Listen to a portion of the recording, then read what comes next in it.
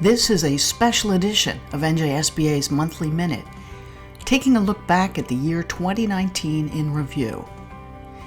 It was a significant year in education in the Garden State, a year filled with some of the usual battles in school funding and taxes, but also a year with many positive outcomes in public education in New Jersey. Once again, state legislators and the governor battled over the state budget, and once again a budget deal was reached on the last day of the fiscal year, June 30th. The final budget included $14.3 billion in direct aid to New Jersey's public schools, including an increase of $50 million in extraordinary special education aid.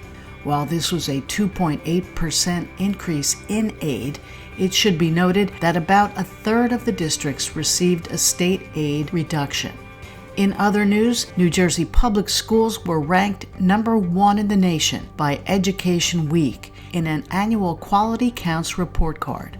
This accolade is a tribute to New Jersey's commitment to public education and the hard work of New Jersey's school board members, administrators, teachers, and parents.